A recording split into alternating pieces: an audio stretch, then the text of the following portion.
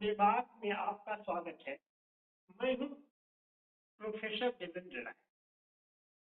आज मैं आपसे राम मंदिर, अयोध्या के राम मंदिर में घोटाले पर बात करूंगा। आपको ज्ञात है 500 वर्षों के इंतजार के बाद राम मंदिर बना है। वैसे तो भाजपा के लोग सर पर उठाए हुए हैं कि राम आए, लेकिन राम क्या आए हैं? क्या राम का उसमें जन्म हुआ है? राम तो सदियों पहले आए।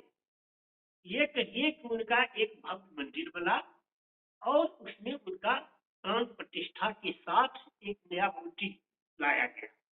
खैर, यह तो रही बात, लेकिन अब सवाल है कि हर प्रकाश में आया है कि उसके दान में बहुत सारा पैसा इधर उधर हो गया है, बहुत घोटाला हुआ है।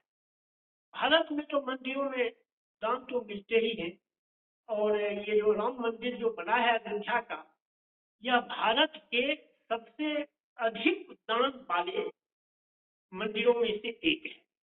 करोड़ों के दान प्रतिरोज आते हैं, उसमें बहुत बड़ा घोटाला हुआ है। अब शक्ति से यहाँ जा रही है कि घोटाले के प्रकाश में आने के बाद भी एसआईटी का गठन हो गया, लेकिन आज तक एफआईआर नहीं हुआ है। इससे लगता है कि कहीं न कहीं सरकार या सरकार के अधिकारियों का कहीं न कहीं इसमें कोनाइजेंस है। तब तो अब एफआईआर नहीं हुआ है अभी तक। हालांकि सरकार ने तुरंत घोटाला के प्रकाश में आने के 4 घंटा के अंदर एसआईटी गठित कर दी, लेकिन फिर एफआईआर क्यों नहीं हुआ? खैर, ये तो रही बात। इसमें बड़े बड़े किंग पिन का नाम आ रहा है। देखिए, ये जो मंदिर ट्रस्ट है, इसमें भाजपा का तो हाथ नहीं है, लेकिन उसका एक अनुषंगी संगठन विश्व हिंदू परिषद उसे चलाती है।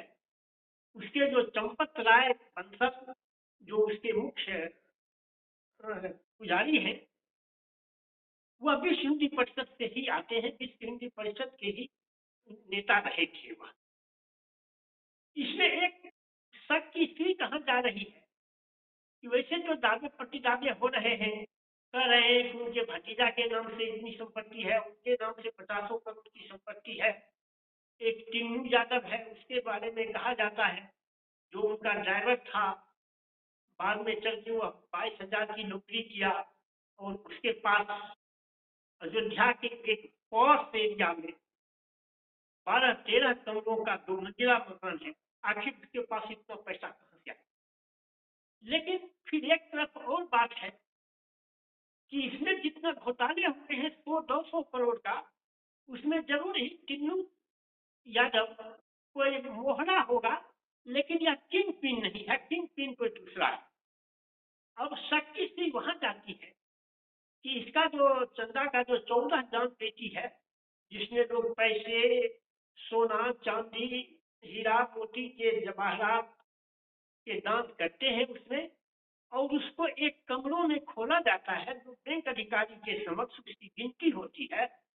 वह सीसीटीवी कैमरों से उसमें लगे हुए हैं, लेकिन एसआईटी ने पाया है कि सीसीटीवी कैमरों का जो फुटेज थे, उसके साथ छेड़छाड़ हुई है। शक्ति से वहां जाती है कि आखिर जब सब चीज पाक साफ है, तो ये छेड़छाड़ करने की उसके फुटेज से क्या जरूरत आ गई? फुटेज से छेड़छाड़ क्यों? अब किस हद तक हुई है, या तो एसआईटी जांच कर रही है, उसका रिजल्ट आएगा सामने। फिर इसमें भी है, आखिर वह जांच रिपोर्ट किसे देगा? सरकार को देगा ना? सरकार के अधिकारियों का भी हो सकता है उसमें हाथ हो, लेकिन खैर, आखिर तो दूसरा उपाय क्या है?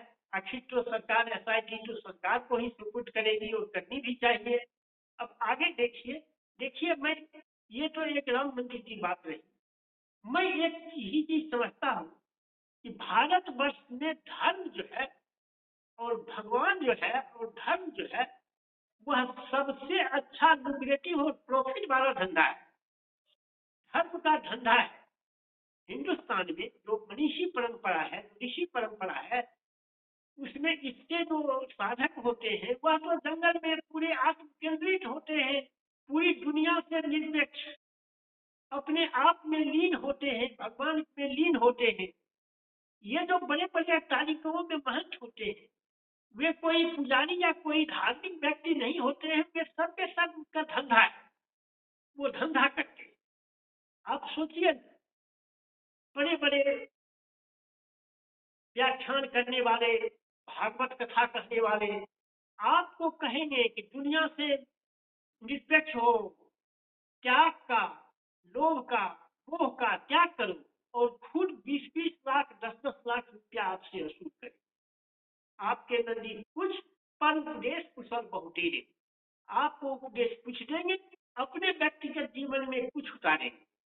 यही तो भारतवर्ष में धर्म का धंधा चल पड़ा है, जिसके अंतर्गत आप देख रहे हैं बाबा रामपाल, बाबा गुरमीत राम रहीम, आशाराम बापू, कितने बड़े बड़े बाबा जेलों की सलाखों के पीछे जेलों की हवा खा रहे हैं, और उन पर कितने घिनौने आरोप सब लगाए जा चुके हैं। तो यह हिंदुस्तान में बहुत पहले से एक धर्म जो है वह एक धंधा है, और धर्म जब धंधा ही है तो धंधा में तो सब चीज जायज है। इसलिए इसकी जांच होनी चाहिए। और हिंदुओं से हमारा रिक्वेस्ट है कि आप आस्था के नाम पर इतने अंधे न हो जाए कि आप किसी बीमारी को और किसी श्राद्ध को जन्म दें।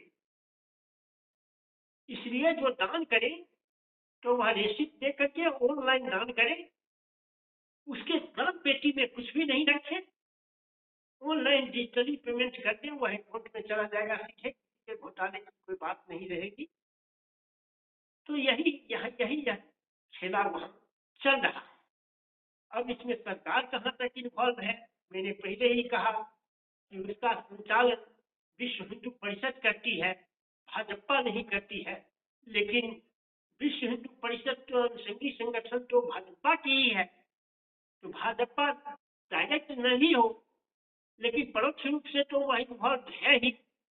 अब देखिए इसमें जांच में क्या रिपोर्ट सामने आता है, यह तो जांच के बाद ही पता चलेगा। बस आज की वीडियो में इतना ही। अगर आपको मेरी बात पसंद आए तो इसे लाइक और सब्सक्राइब करें। Thank you very much.